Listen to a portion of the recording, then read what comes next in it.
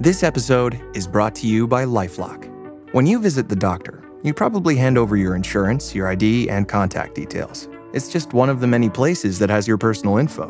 And if any of them accidentally expose it, you could be at risk for identity theft. LifeLock monitors millions of data points a second. If you become a victim, they'll fix it, guaranteed, or your money back. Save up to 40% your first year at lifelock.com/podcast. Terms apply. 10 years from today, Lisa Schneider will trade in her office job to become the leader of a pack of dogs. As the owner of her own dog rescue, that is. A second act made possible by the reskilling courses Lisa's taking now with AARP to help make sure her income lives as long as she does. And she can finally run with the big dogs. And the small dogs, who just think they're big dogs. That's why the younger you are, the more you need AARP. Learn more at aarp.org/skills.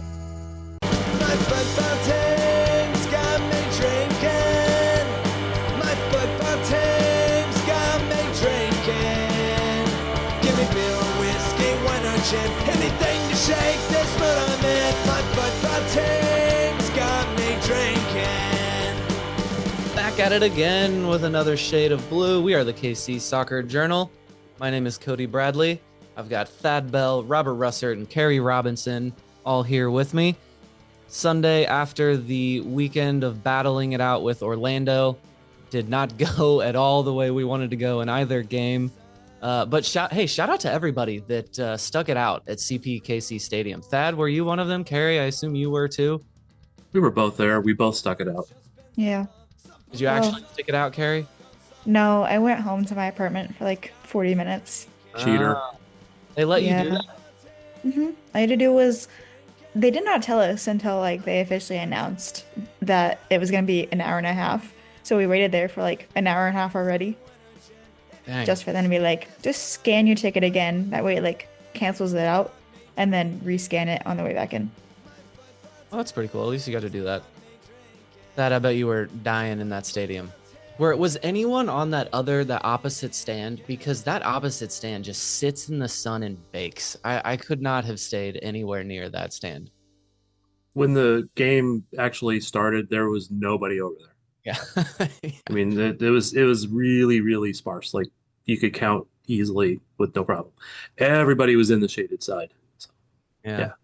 That's where I usually sit. So, I mean, no one was really, with it being that hot, no one really cared about where the seats were as long as they were in the shade. Yeah. I thought it was really funny that Thad was so happy last week that the games were staggered and he could do both. And then the Heat made it so they were at the same time anyway. But then they became staggered again. Yeah, it became staggered. Weather delays in both towns, just different types. So Thad, we know Carrie didn't, but did you stay up for the whole sporting match? You catch the whole match? Almost. Oh, yeah. He was really ashamed when he said that. He wanted to say yes so badly. Look, I'm the one that always says, I'm heat tolerant. I could take the heat, but it was a long day, and I got up pretty early and all this other good stuff, and I didn't have any food from like 1 o'clock until I got home, so I was dying in multiple different ways. And I get home, I nuke food, I sit down on the couch and eat it, and watching the game with wife, because I'm glad I didn't have to do recaps. So thank you, Robert. Yeah, no problem. But I'm sitting there and it gets about 5-10 minutes left in the game, and I'm like, my eyes are closed, and my wife says, game's over, 3-1. Like it wasn't over, but she's like, yeah, it's done enough. She's like, I'm going up, and I'm like, yeah, okay. I look up, it's like 2 minutes left. I got to get up and go look at the presser, and I just fell back asleep. So no, I did not quite make the entire game, and I apologize. Harry, do you know anyone that uses the term nuke their food for the microwave? That's definitely nuking. Nope. Definitely. I do. I know people. Yeah, that's something like people of a certain age say. I've always liked that. That's a very dad thing to say. I nuke some food. What do you say? I just toss my food in the microwave. You're so right. That is exactly what I say. Toss it in the microwave. That's what I say too, but I do know people who say nuke. Or let me throw it in the microwave. Nuke is extreme. Yeah, it is. It's not incorrect. It is microwaved and not actually nuked. But right. If you've ever been caught by a microwave thing, you can be nuked by a microwave emitter. So Let's start with the more sad team, the more sad result first. We're going to start with Sporting KC here. Yeah, before we do, Cody, just want to commend you for your enthusiasm maintaining during the, back at it again. Well Hey, done. well, thank you for that. I'm among friends talking about soccer. This is good times, even if the team results were not that great this weekend. So 3-1 against Orlando. KZ was continuing to try new things, throwing some stuff at a wall and seeing what sticks. The 4-4-2, all three strikers got the start. Santi was over on the wing instead of Daniel. So Robert, what'd you think of what Carey did to face Orlando in this one? Well, we're going to talk more specifically about him later, I think. But Mason Toy, I mean, he showed well. Obviously, a little rusty, and we talked about that too. But basically, they played without a left winger. Munoz was nominally there, but he played more like underneath Dayon and Mason. So interesting. And then, of course, you had Leibold pushing up pretty high like he normally does anyway. But I like it. Is this what we want KZ to do? Is try new things, right? Yeah. Yeah, not necessarily that I like this or the results of it.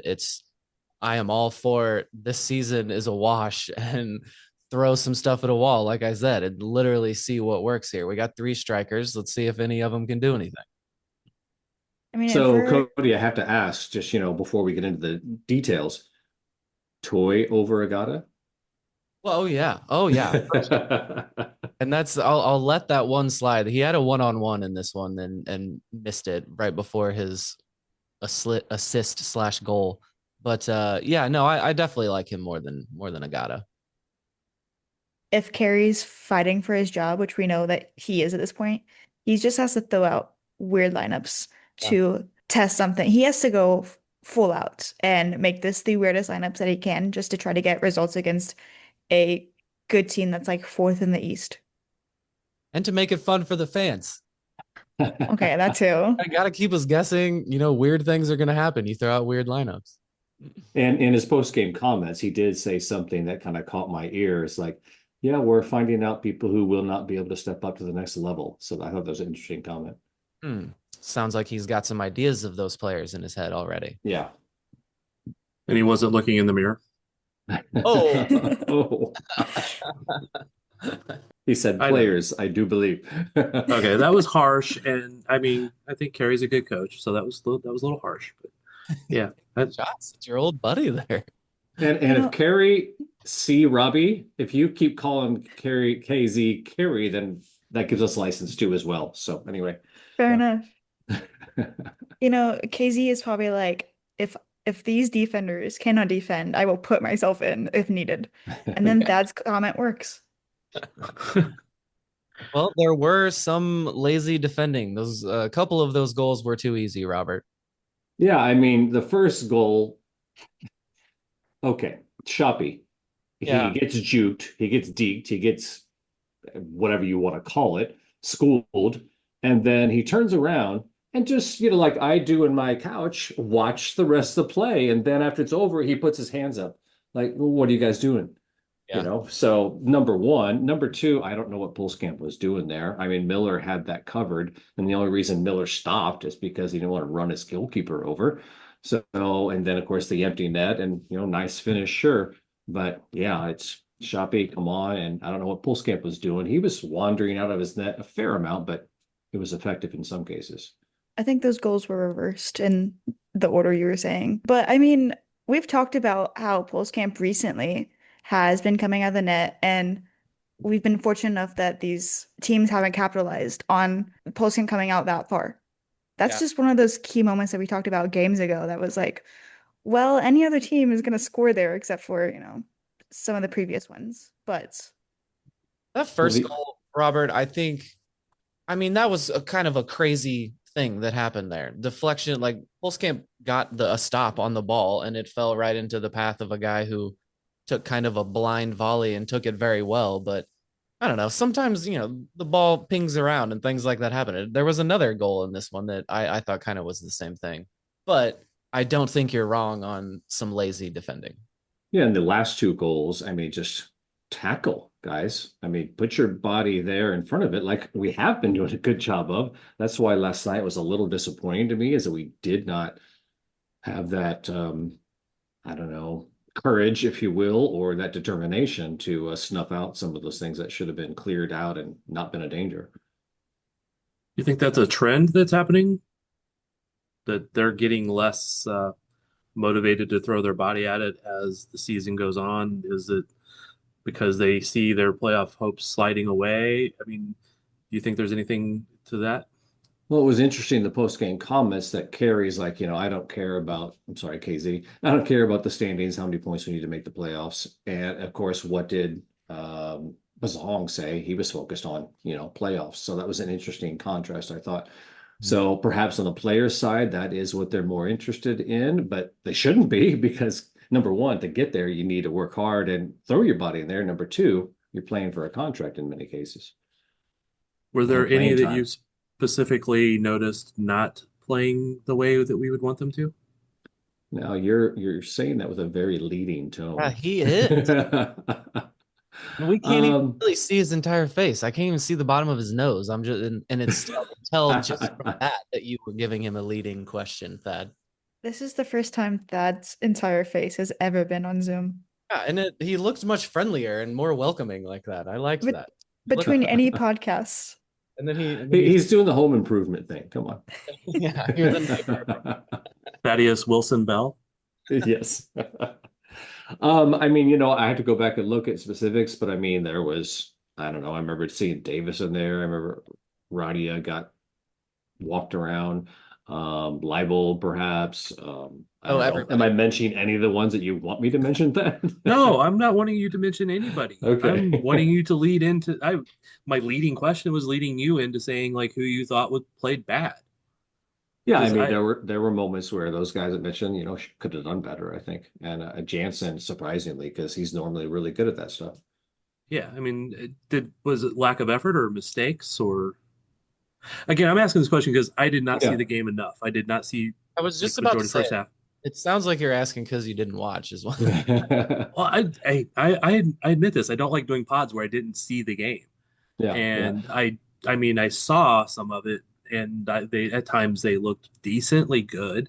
And when I look at stats and stuff, XG is 2.3 to 1.8, not that huge of a disparate or not that huge of a difference.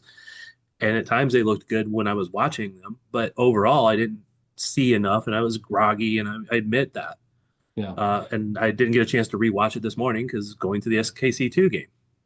I think it became kind of a series of getting in each other's way as well. I think Jake had a ball he could have gone for or could have defended a player in the box, but Jansen was there, and I guess he thought Jansen was going to get him. So I think there was a little bit of that going on as well. Robert, I did see some discussion about Jake Davis in our Slack. People are liking the form he's in the midfield right now. I tell you what, that ball he played to Toy on the one you've been Yeah. talking about, oh my gosh, that was sweet. He's playing some nice balls over the top and actually looking for that because obviously we were looking to play a little more direct last night. And it was working because of what Jake was doing and playing some nice balls over the top. So yeah, I like that. And him and Basong, like we've been talking, bring that energy and they work well together. I wish Basong had a little more on the ball, but though he's played a few nice passes too. But I think Jake really, once he gets in a rhythm in there, I think he's really going to show out. I actually thought Jake had a new look. Was He he did. carrying himself differently in this one? I think his shorts, he's gone with the shorter shorts and the very short shin guards, the short socks. And I think it makes him look taller. It made him look more formidable out there. So I like this. I like this new look from Jake. And also his beard was getting really shaggy and his hair really shaggy. He kind of cleaned that up a little bit. Yeah, I think he's carrying himself with some new swag out there. Was he trying to look like Happens when we Johnny get Russell? time. Ooh, maybe looking a little like his old buddy Johnny. I don't know, perhaps. But yeah, there was I think well the short shorts. Johnny never really did the shorty shorts like that, but yeah, Jake did have a couple good balls like that. And oddly, one of those others, I think, was it Jake the one that played the ball to Toye that resulted in the goal, or was that Volater? Because there was another one right before that Volater played in an incredible pass too. And Robert, we were talking last week about the way he likes to step up and go forward like that. He did it multiple times in this one. He looks for any opportunity.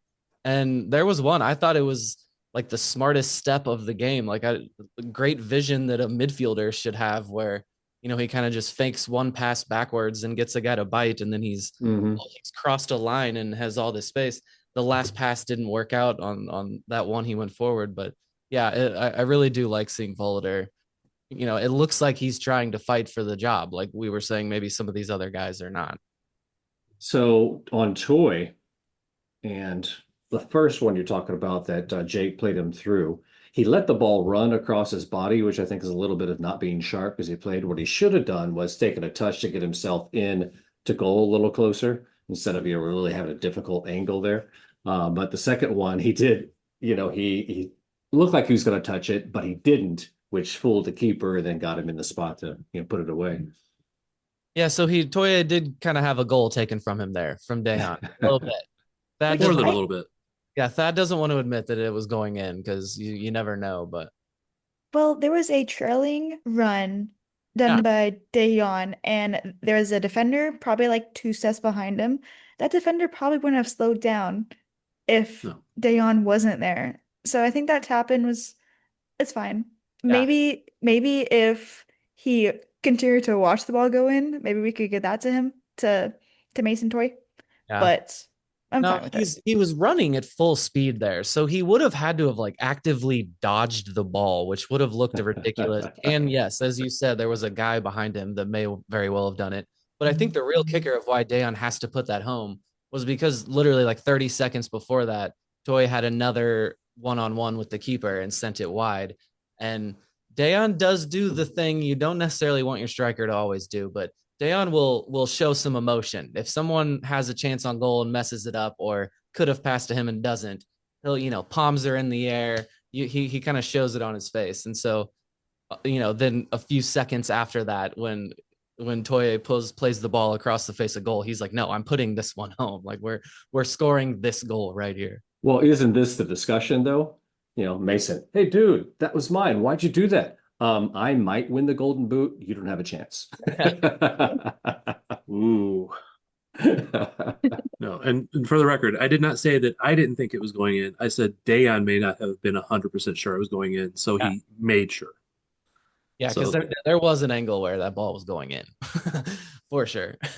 yeah, no, I was very sure it would go in, but with somebody on his back and the previous thing and running at full speed, maybe he's not 100% sure it goes in without an intervention. So he makes sure. Speaking of the Golden Boot race, Messi got himself back in front with 19 goals. Sam Surich in Nashville with 18.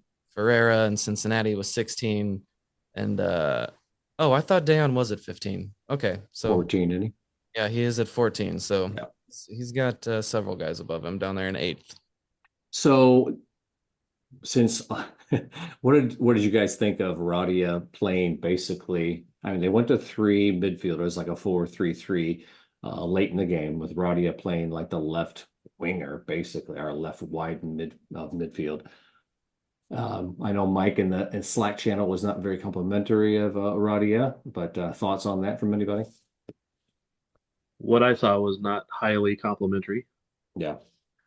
I think there's been times he's played an 8 role and done really well, but that was more towards the beginning of the season. And since then, injuries constantly out. Not so impressed.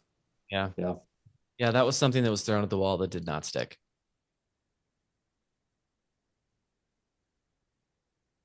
All right. We talked last week, Thad, about that saying where you can't make up more points than games you have left. And Sporting KC right now are at 8 games left with 8 points to make up to get into the playoffs. So they are right on the line of, can they absolutely do this or can they not? So how are you feeling right now, Thad? Well, I will never say somebody can't do it until they're mathematically eliminated, but it becomes highly doubtful at certain points, and it's becoming more doubtful. It's still feasible.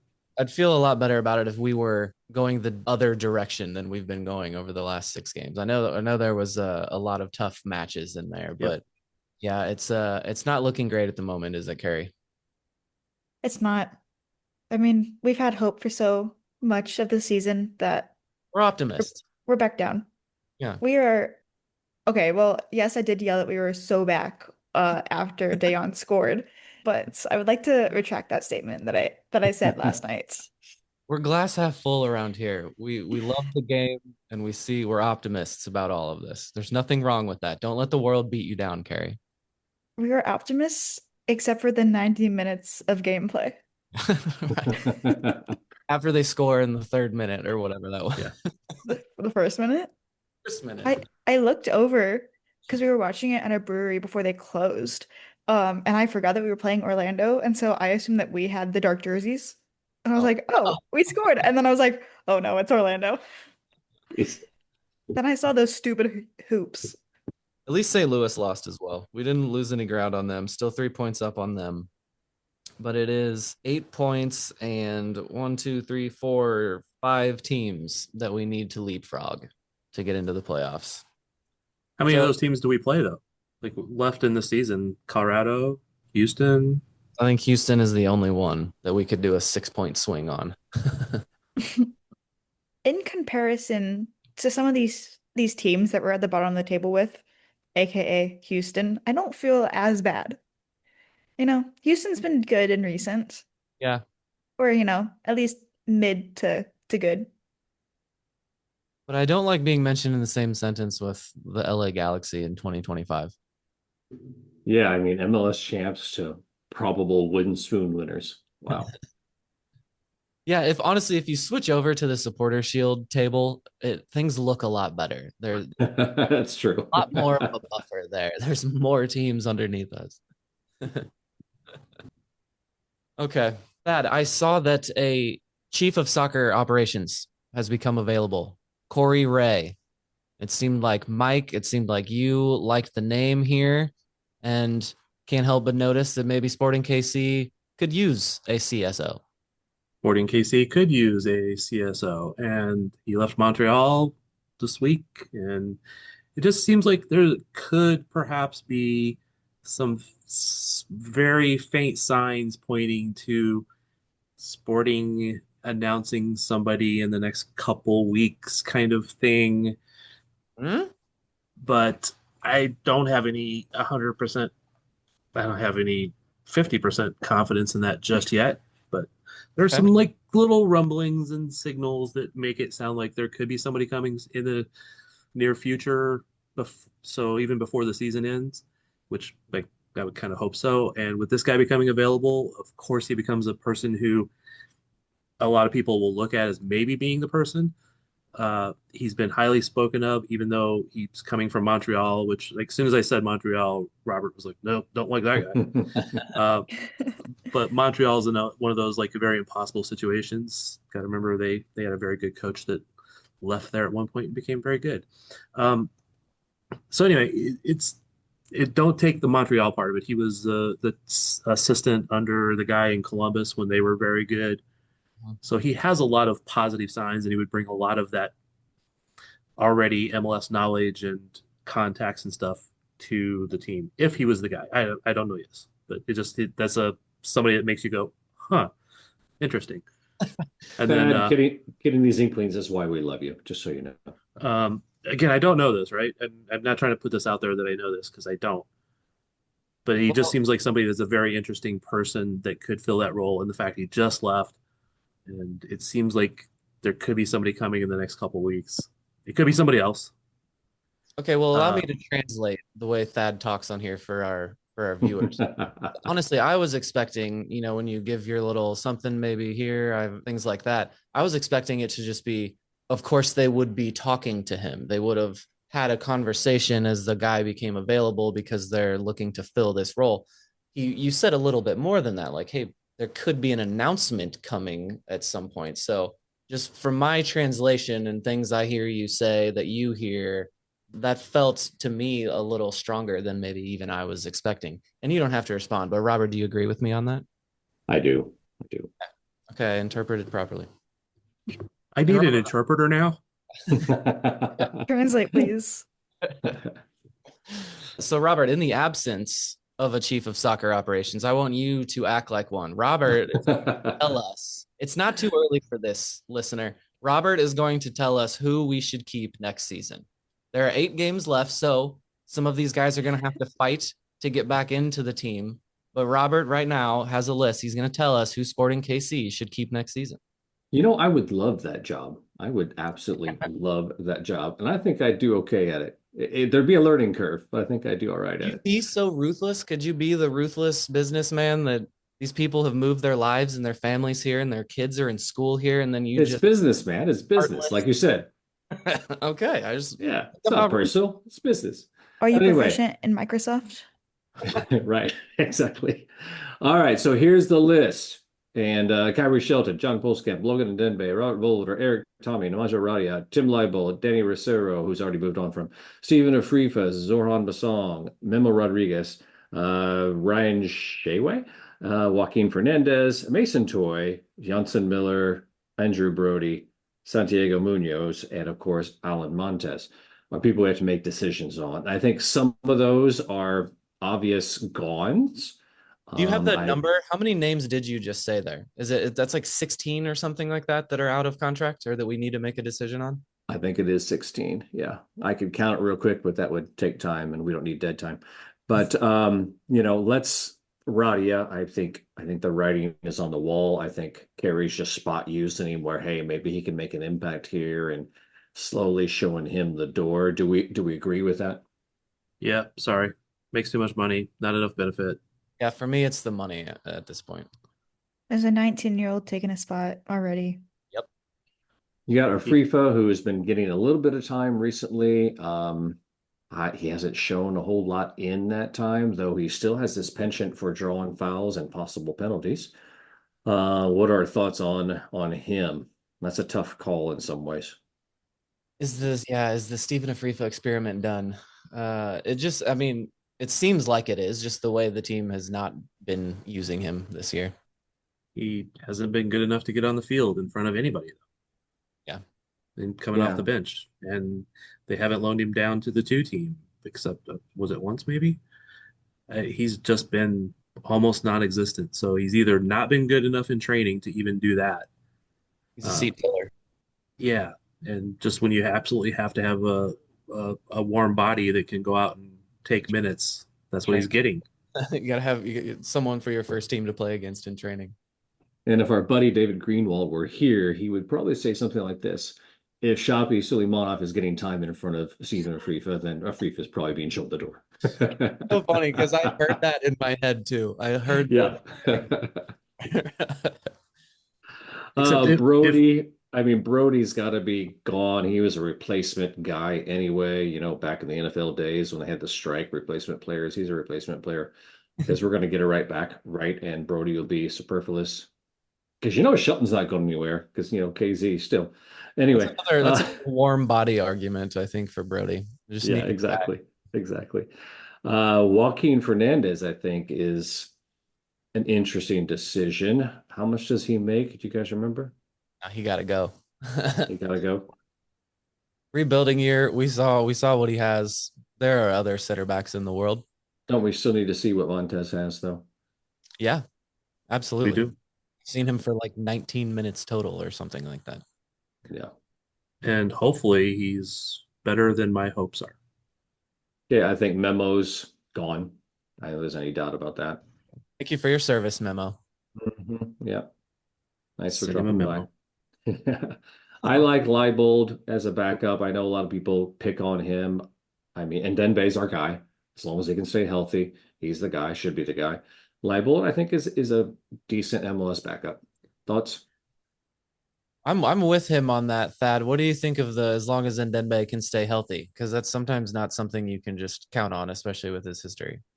Well, you can never count on that with any player, but I like Ndembe better, obviously. But Ndembe's on that list too that can go because isn't he? Yeah, he is. And he'll be off of a U22 Right. So he'll be contract, so it'll be more expensive. I would be okay if we moved on from Logan Ndembe, only Really? because I feel like pre-ACL, amazing. Post-ACL, he's constantly been injured. Hasn't been that great. Well, come on. Before the playoffs in St. Louis, he wasn't that great either. I think it was just those moments where he That's fair. put himself in our memories, Yeah. But he did put that in our memories. Yeah. And, But again, and he's St. gonna Louis's. he's going to be a lot more expensive, I would feel. Yeah. I don't know. Yeah, I don't know if a lot more expensive, but definitely more expensive. And this latest injury was, we were told it was just a tweak, and it was on the same leg where you'd had the knee injury. So they were just doing it as a precaution. He may have been able to play. Got to consider that, we can't just replace these guys. That's not how Right. the system works, Yeah. Yeah. Yeah, you have to have a CSO and a GM and scouts and fully, staffed thing to be able to replace 16 friggin' players in one off season. Uh-huh. That would be a note to the ownership that perhaps you need to get this shit moving. Yeah, for sure.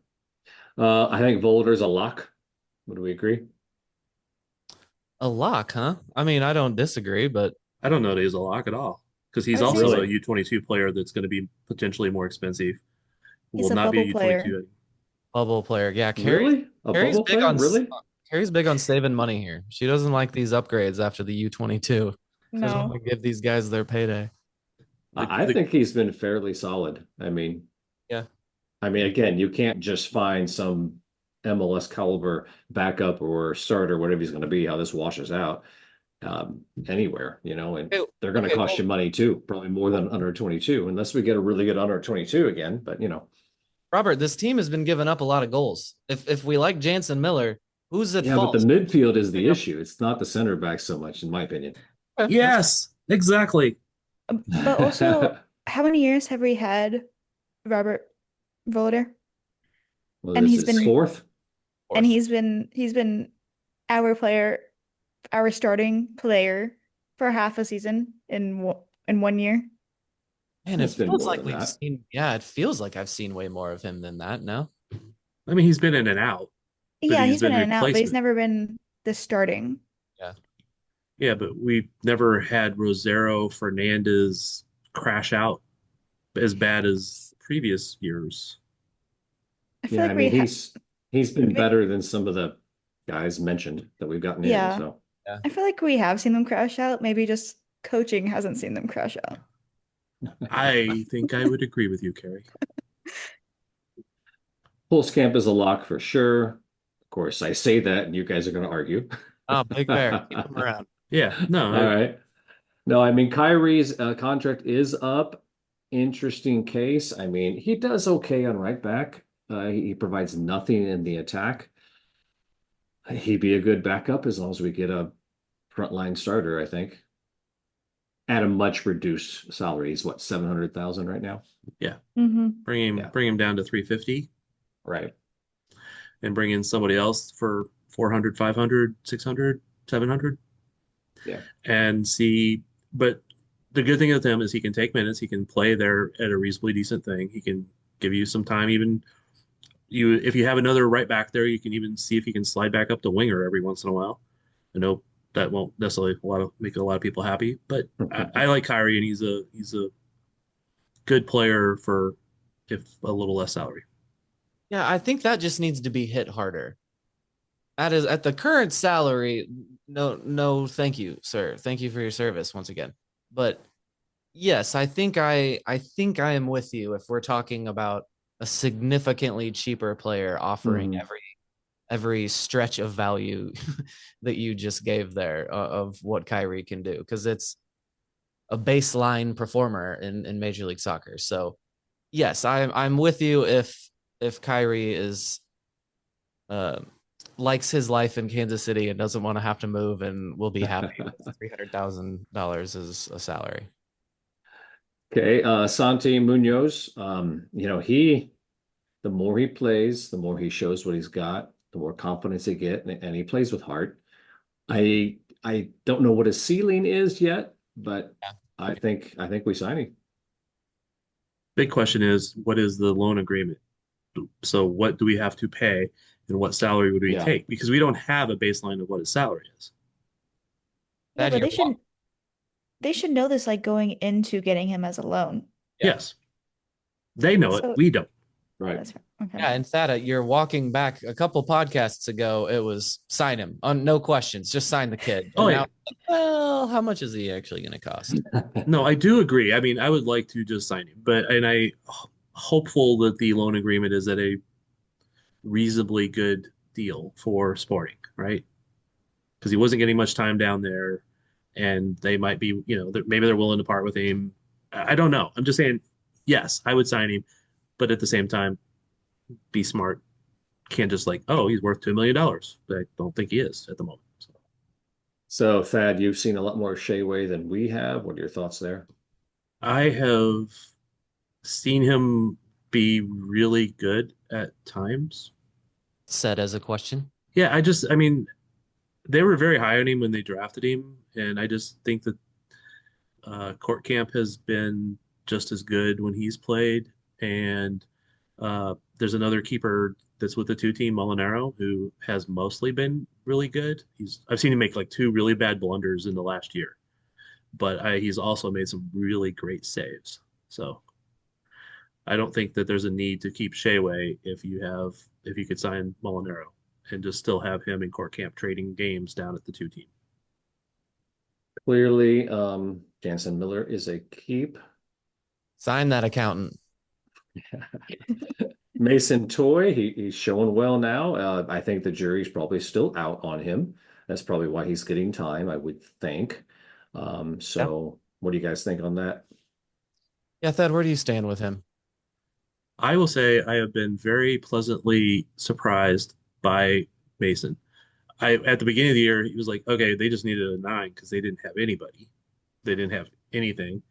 And then when they got Dayon and Santi, he just obviously didn't get the time over those guys. But every time he plays, man, he's played hard. He's played well. He's knocked in a goal. He has almost a goal this last game. He's got to have like a pretty decent goals to minute ratio. I haven't looked, but I've been very happy with him, and I just would not like him to see the number one guy. But maybe he wants to be. Maybe that's the issue with all these guys that we're saying, oh, bring back or not, is they might want to go somewhere else because they haven't gotten the time here that they thought they deserved, or the money, or they want to change the scenery from a club that has been a little bit of a dumpster fire at times. Yeah, he gives some pace. We don't have a Yeah. whole lot of pace. He gives some of that. But the word that keeps creeping in my mind about the way he plays is he's a little bit casual, Yeah, you I know? see that. Yeah. Yeah, so I'd like to see him a little more intense, I guess you would call it, and a little more intentional. But yeah, I think the jury's still out personally. He's at 0.54 goals per 90, Thad. That's pretty good. One goal in 160 minutes. Yeah. And he would have had two if Dayon wasn't there. Hey, that Um, was a game-winning goal. That was special. it was. I mean, that should count as twice. I don't. When you say casual, is it just that he's not like as intense, like yelling and like like looking No, mad kind of thing? Like what has he No, I see not what you're done saying. stuff? There's a fine line between casual and like lackadaisical versus calm and like pointed and knows what he's doing. And sometimes I think that like he is very focused and pointed, but yeah, there have been times where I'm like, well, what you should have been ready for that. There's a guy coming at you. You didn't entirely look ready for that. yeah, yeah. All right, I think we've talked about everybody except for, to me, who is a tough decision. That'd be Eric Tommy. So Oh, I think we've seen how we miss him right yeah. now, to be honest, but we also know that, he's the guy who will dribble and seemingly, pointlessly. But then he'll sometimes say, I'm doing this myself, and he'll put one away for us. So thoughts on that one? His salary is above $1 million, yes. Mm-hmm. Yeah. So what do you guys think? Top Gun Tommy. That's a tough one. I guess I would seem like a hypocrite and well, I would contradict myself if I said get rid of all these young players because they're making too much money Yeah. and say that I would love to keep Eric Tommy. But there has to just be another option. Mhm. That's an expensive backup midfielder. It is. And I Well, don't know. I just want to see him play again right now.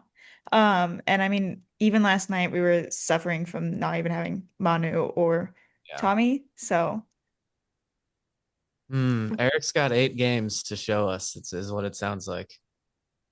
Look, No if he one. hasn't showed us by now, he's not going to show us. I mean, you can make a decision on him now. He's Yeah. not like somebody who hasn't gotten any time. Right. We know his strengths, we know his weaknesses, we know his cost. Now, yeah, over $1 million, I don't necessarily want him back. However, you also still have to try to replace or fill or decide on 16 players. If you can bring him back for $1 million and know that he can fill in a midfield role, he can fill in a winger role. He has some hero ball in him. He puts in lots and lots and lots of work, and he's not perfect. But then again, there's a lot of other people in this league that are not perfect. So yes, I know it seems hypocritical to say I may not bring back a guy whose bump is going to go from U22 to salary player, but he's a guy. He's a known.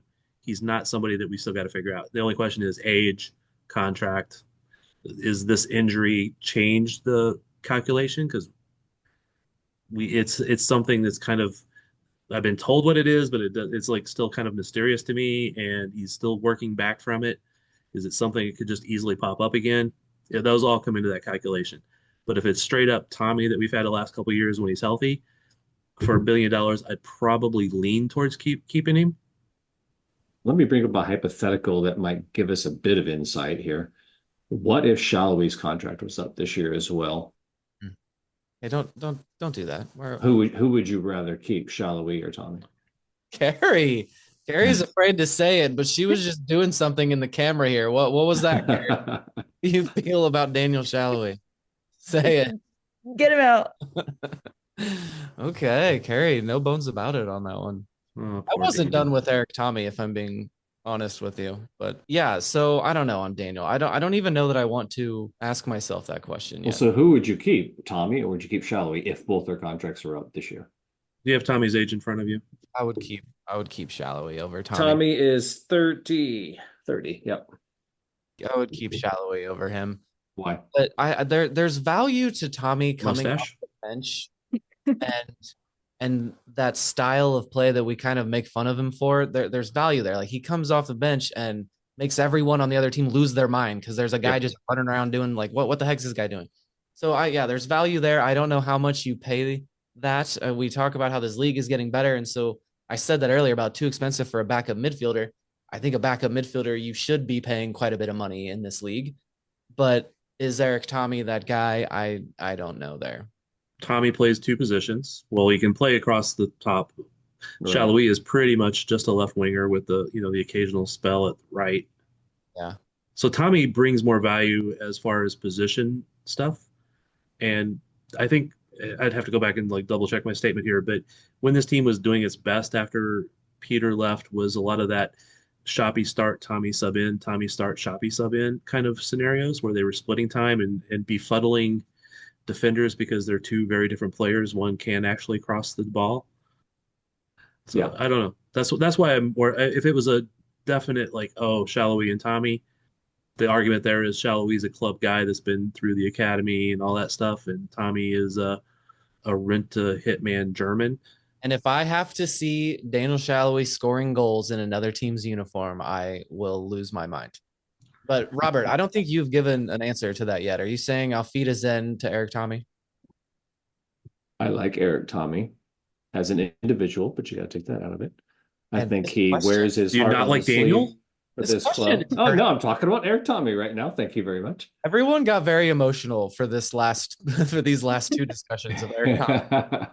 We're thinking I think he is a more dangerous player overall than Daniel Shalhoub is, who can be a bit of a one-trick pony sometimes. But you've got to look at Daniel's stats and say he's been fairly consistent with 7, 8 goals, 6 with 6, 7 assists for the last couple of years, and that's something that's hard to replace in MLS. Although there's a couple years where he did absolutely nothing. Right, but that's pretty far in the past.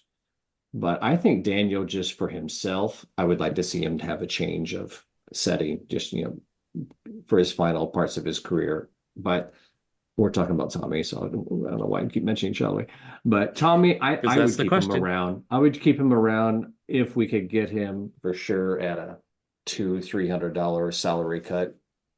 Robert's trying to calm me down from saying get Shallowy out of here Ah. in case they redact the invite to come to the Padel business. No, I mean, Daniel could benefit maybe from a different scenery, but So I get if frustrated by him. But again, that's next year. That's after not it this. is. It's not this year, It right? is. And Yeah. there's, very real possibility that if you do, not offer him a new contract after next year, he goes to LA and plays for Oh, Vermees oh my and scores 12 goals on the way to an MLS Cup. But it's all going to depend on who we get, as replacement players as far as Yes. Shalloway goes. You got to make sure you still have players. That's the problem with is like how many players can they bring in? Yeah. How much turnover will that cause? How much pain will that cause? It's going to be tough. I'm not saying don't get rid of players, but it's a big issue right now, and especially until they have a fully staffed team. That I'm not sure how much, if you understand how much pain you caused me by that scenario you just gave. I've just been sitting here still mulling Peter Vermees and Daniel Shallowy in the MLS Cup. That would be worse than having to watch Ilie Sanchez score the winning PK in MLS Cup. That would Right. be much worse. Yeah, but at least with that one, we got a legend of a commercial. Oh yeah. Oh Lord, a legend of a commercial. Oh come on. Oh my God. Yeah, It's going Oh my down in God. MLS lore forever. I think so. And That's Ilie. why I'm calling it a legend. Can you find anyone more uncomfortable in front of camera like that? yes. So let's look at this, guys. I mean, I'm going to take Daniel and Shoppy off this, but look at this list that we have that people, their contracts don't expire till 2027. It's a pretty solid list. Jake Davis, Ian James, Court Camp, Bartlett, Dayon, and Manu. I mean, that's a pretty good core for the future to build on. Yeah, that's a core of a good team there. It is, but you still have to have a lot of other players to fill out that team. Oh yeah. Oh yeah. Oh yeah, I forgot about that. And there's not a lot of players coming up from the two team or the academy at the moment. That's the problem. They lost. There are a couple players down there that may be answers 2, 3, 5 years down the road, but Yeah. there's not anybody who's the answer next year. Not even Ian James. Saw him for a little bit this year. He's not next year kind of guy. He's a guy you could move into the maybe the third center back rotation kind of thing, but Who's another? Give me another name that I'm failing to mention from SKC too. You just said there were some guys a few years ago. Doesn't Kuhn like Tancherat?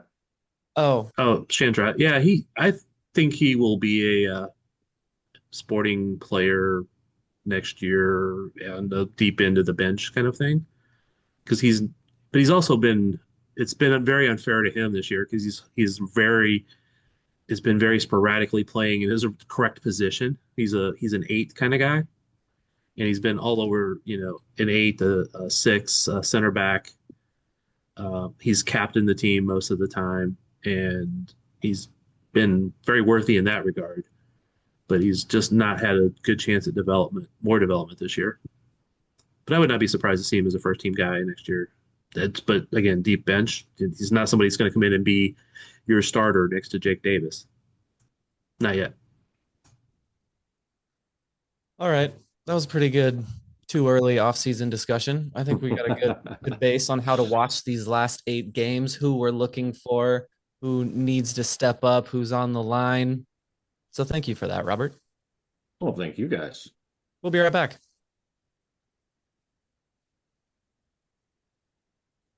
All right. Iko Para's first game as interim head coach. I have no idea who put this on the list or who to throw it to. That would be. I put it on there, but I didn't attend the game. Dad did. I did. You know what? It was hot.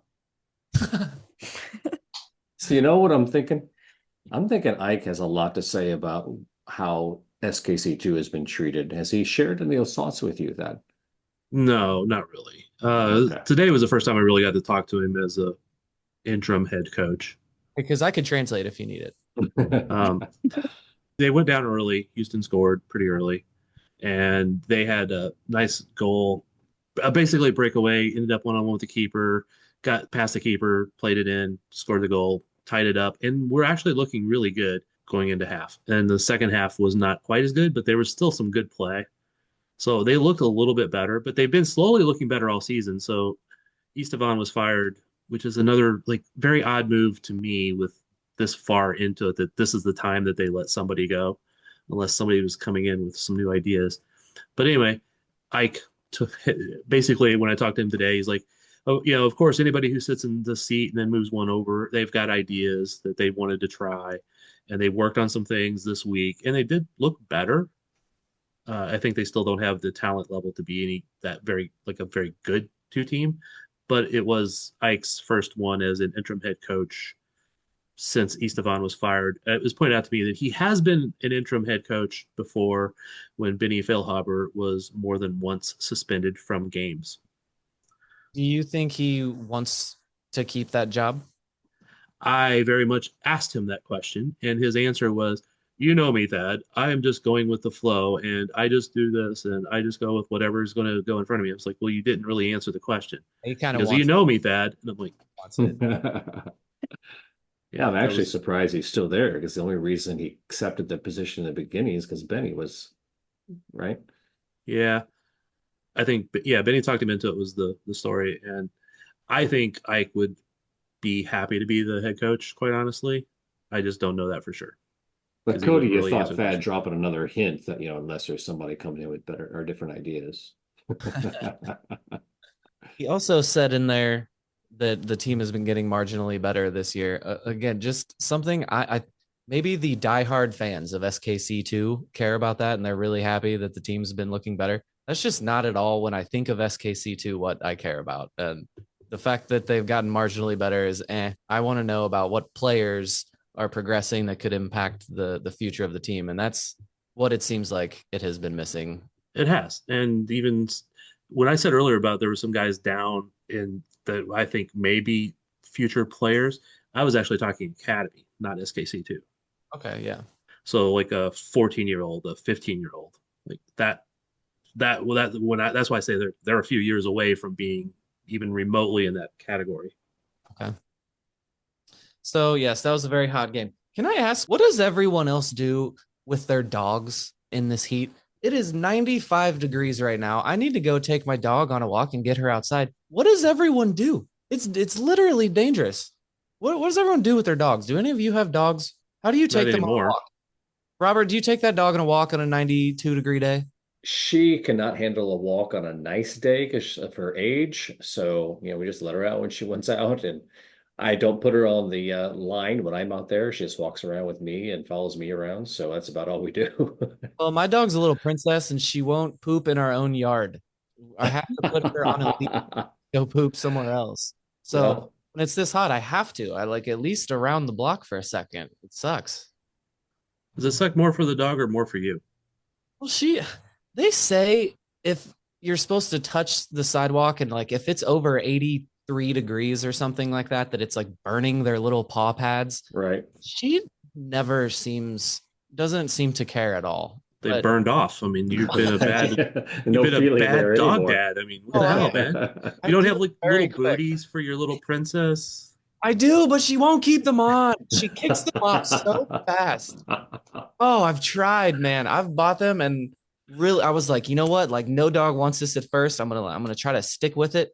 But she's just too fast. She kicks them off eventually and it doesn't work. You can carry her across the road to the park over there. I mean, you got a lot of green space over there. Well, that's why I feel like I can kind of get away with it a little bit. I'm not just walking her on street and pavement the entire time. So But I mean, you could carry her across the concrete, across the road, across the next sidewalk, get to the grass, gently set her down, and say, "You may now poop, princess." I kind of miss Podnick, Cody's house, Thad's house, Yeah. David's. a lot more personal. Yeah. No, I'd rather do it in person. Although you guys wouldn't want to be around me today, I probably stink. So, So the Heat was unfortunately kind of the headline about the KC current game. 0-0 draw. It was supposed to be a big banger with Orlando, first place, first, second place.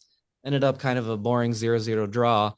But we were talking before, I think the headline of this game, of the highlight banner match in the league, ended up just being about the weird decision to play a game in Kansas City in the middle of the afternoon in the middle of August, just to try to fit it into CBS's schedule. Carrie, what's going on there?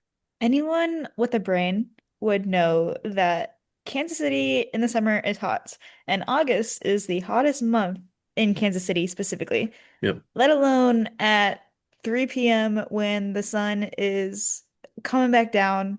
It's the hottest time of the year, or hottest time of the day as well. So hot plus hot plus hot plus hot. I don't know why we played. I'm gonna invoke the Ichiro Suzuki quote. One of the most famous quotes about Kansas City says, "Kansas City in August is quote hotter than two rats fucking in a wool sock." Famous Ichiro Suzuki, legendary baseball player. So it is, as you said, Carrie. Anyone with a brain knows that you should not have played this game at 3, and anyone who was against it turned out to be right because it was delayed like 3 hours. Yeah, there was a lot of upset people with the whole situation. I mean, it looked like the owners were very animated, talking on phones and unhappy. And every time like a whole group would walk out to look at the wet bulb thing sitting in the middle of the field on a tripod and stare at it, and like take pictures of it to send to the league. But they had to have known, and NWSL had to have only okayed it because CBS wanted that spot because they're a media partner that gives them money. I really want to give them credit for the wet globe ball temperature dropping and everyone applauding and them sending the players out because there was a cloud that covered. Yeah. And then as soon as that cloud went away and the players had literally just gotten out, they checked it again, and the players went immediately straight back into the locker It's rooms. hilarious. It's So climate change, not weather change. It's over a period of time, not a cloud going over. I think that's yes. hilarious. I did not know they had an actual wet bulb on the field for that. Yeah. That's hilarious. I'll send you a picture in a little bit. I was taking pictures of them looking at it, and like, the referee assessor and the league representative who are standing there with their phones taking a picture of it. Wow, that's so wild. We've been hearing about the wet bulb temperature theory for all these last recent years. So that's so funny. I didn't know they actually did that. Thad, send me those pictures in the Slack. The idea that it's going to cool down between 3 and 5 p.m. is just baffling to me. That's not going to happen. If And cloud actually, cover came in, yeah, Yeah, but it that's actually momentary, as we've mentioned. it actually started going up even more Well, of course. Duh, than it's the hottest time of the day. yeah. Are they going to keep doing this, Thad? Forcing games in the afternoon to try to get on national television? You can see why they would have tried to do this. yes.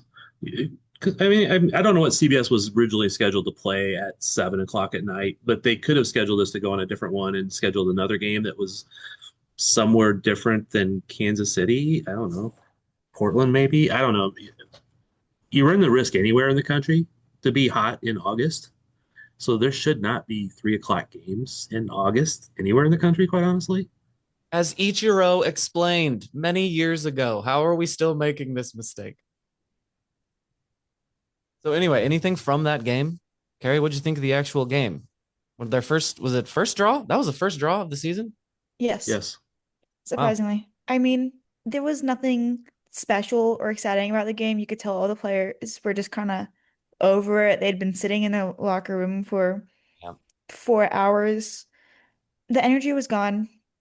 There was maybe a little bit I could say for KC, but like we just couldn't get that final pass or even just the last shot off into the goal that we had players just trying to rip them from outside the box just to Seemed like get something. it seemed like the loudest cheer of the game came when Ali Sentner got her home debut. 100%. Yeah. But Orlando, I mean, they're still a good team. They're not quite as good as they were last year, but they're still a really good team with dangerous players. And probably one of the things that threw off both teams was that Banda went out relatively early. I don't forget which minute, but Timwa caught up to her on a challenge and basically knocked her over legally. and she hit and was left the game after that. So it probably threw off the Currents' plan for how to defend a little bit, not that much. It definitely threw off Orlando's attack. So So stats can lie, of course. So it's 16 shots for the Current, one on target. that sounds about right. And do you know when that last or when the shot on target happened? It was the last touch of the game. Oh, wow. So Orlando got leapfrogged after just getting 1 point. San Diego Wave have jumped into second place.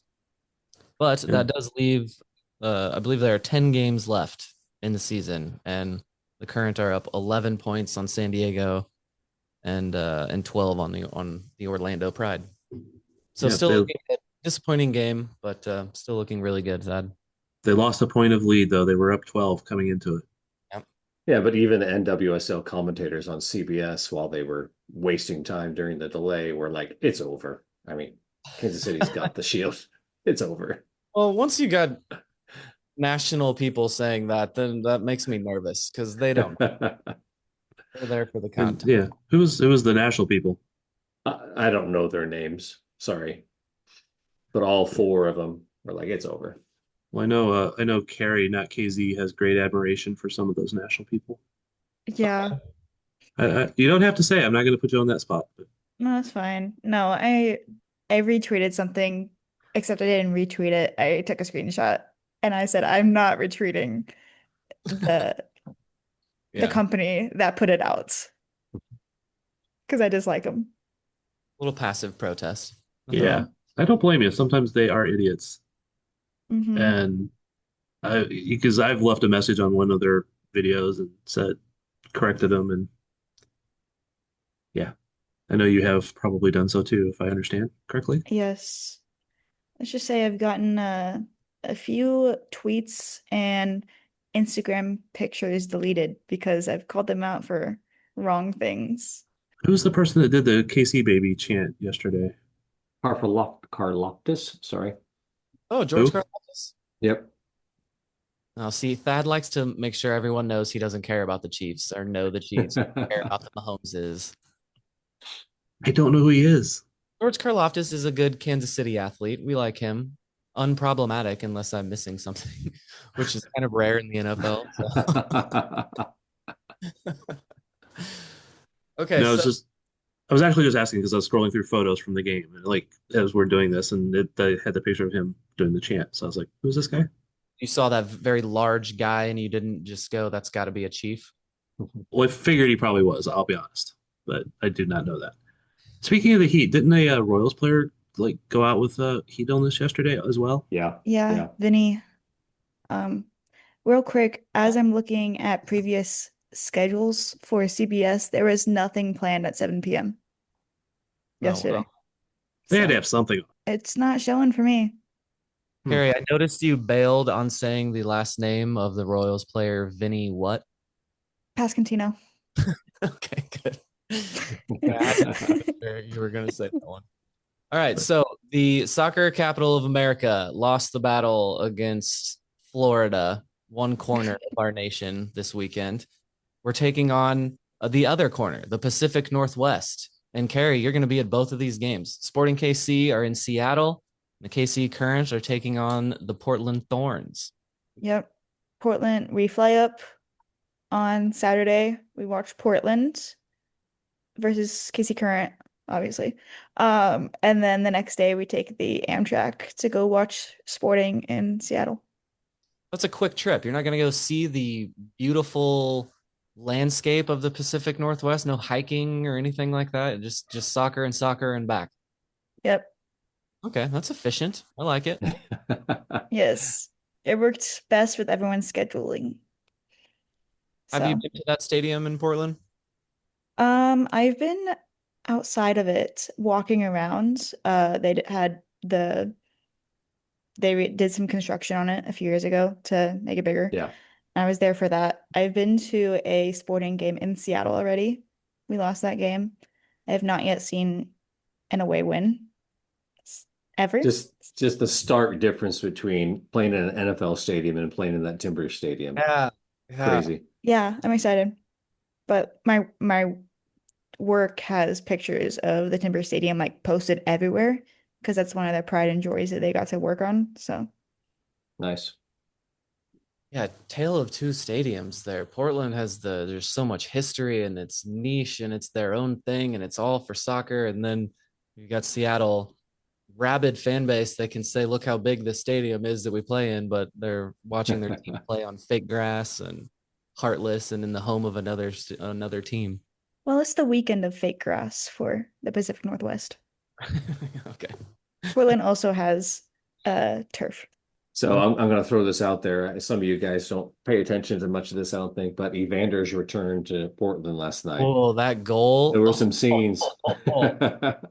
Yeah, that was cool. I did see Evander's return and a very good consolation goal he had.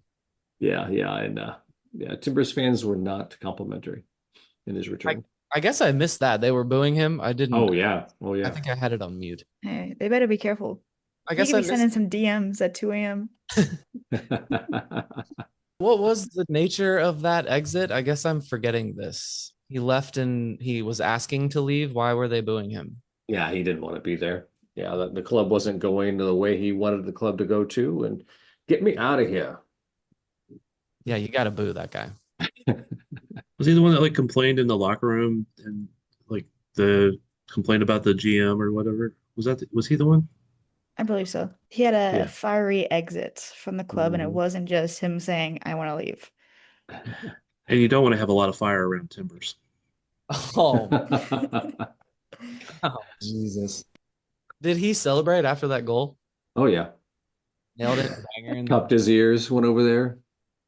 I don't have any reason to hate him because he didn't say anything bad about Kansas City or want to get out of my team. So, There you go. Yeah, I don't hate him.